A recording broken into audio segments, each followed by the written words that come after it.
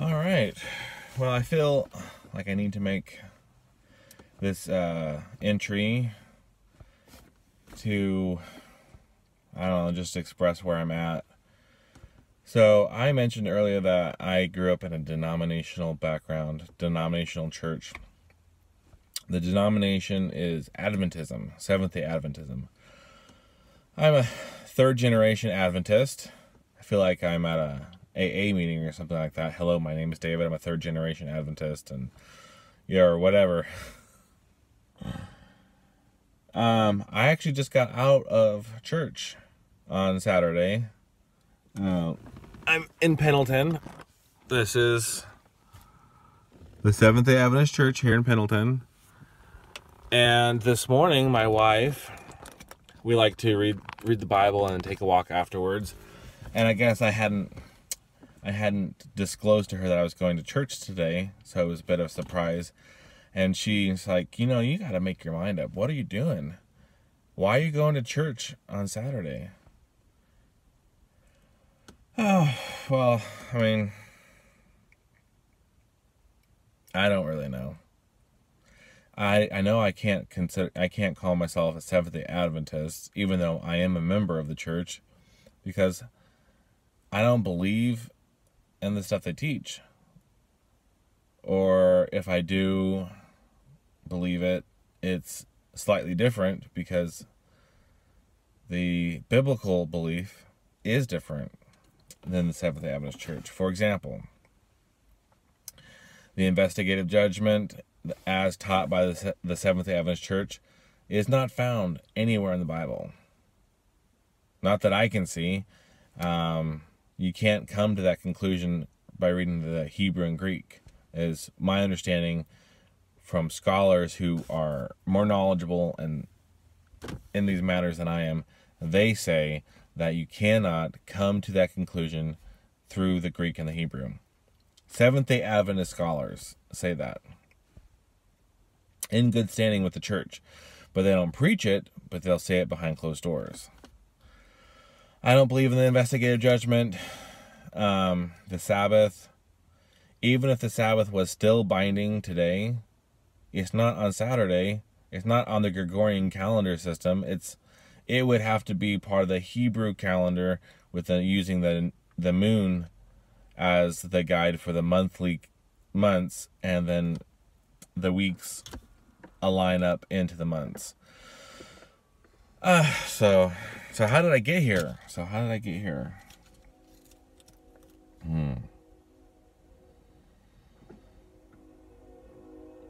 Well, I first became aware there's this big disconnect from religion. Of course, the religion I'm referring to is Adventism, and developing a relationship with God and growing. And I was getting so frustrated because it seemed like people were more interested in the religion than in loving God and a relationship with Him. And I met a guy, Cliff Freese. I might leave a link to some of his videos down below. I met him in Glendive, Montana, and through the course of a year of just sort of getting to know each other, he became a really important part of my growth, realizing that the reason why people cling to the religion as opposed to progressing and clinging to a relationship is because of two factors: where they're at in their own growth. Are they stuck in that stage of growth? Have they gone ahead to a higher stage of growth and then gone back because that stage was too difficult, too uncomfortable? I had no idea that organizations go through stages of growth and usually get stuck in a very low stage. If you want to know what I'm talking about, stages of faith, read The Critical Journey, or an article by I think John Pauline. I can leave a link to that as well. Very, very good information, because it it illustrates, at least it did to me, and to pretty much everybody I've shared it with, it illustrated to me why you can go from really loving the church and all the people in it to all of a sudden feeling like an outcast and a rebel. When you thought you were growing, all of a sudden you're being treated as a rebellious force and an outsider, and you're scratching your head. Why? Well, it's very clear why, but you have to know the reason. It all has to do with growth and development. So I was very disillusioned, very frustrated, I felt like leaving the church then. Then I was introduced to the stages of faith, and it all made sense to me. Why I felt the way I felt, surrounded by people with different levels of development, some higher, most stuck at a lower stage. I mean, we're not supposed to judge people, but if you can clearly see something, then it's clearly there. It's clearly there. I'm not trying to judge anybody, but when things are clear, they're clear.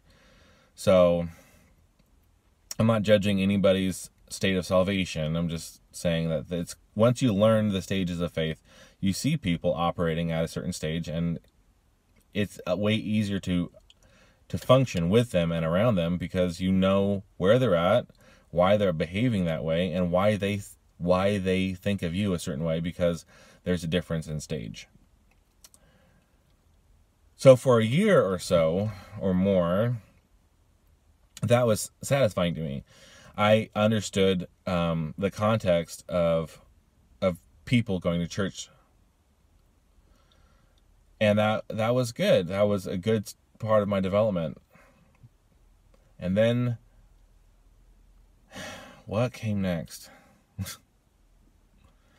I know a huge part of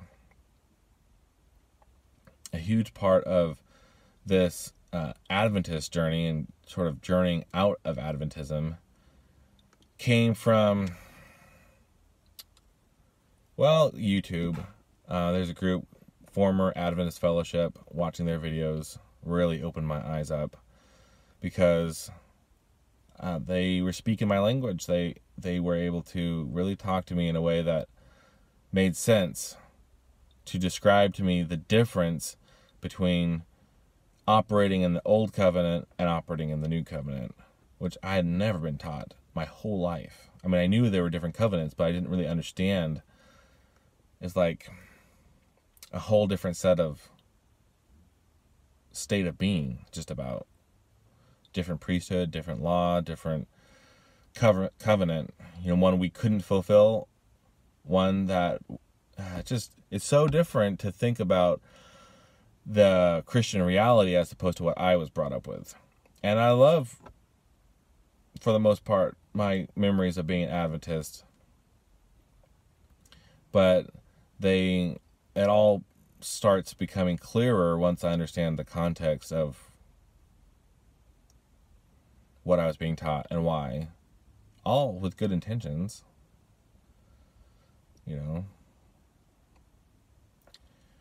So why am I sitting in an Adventist parking lot this morning?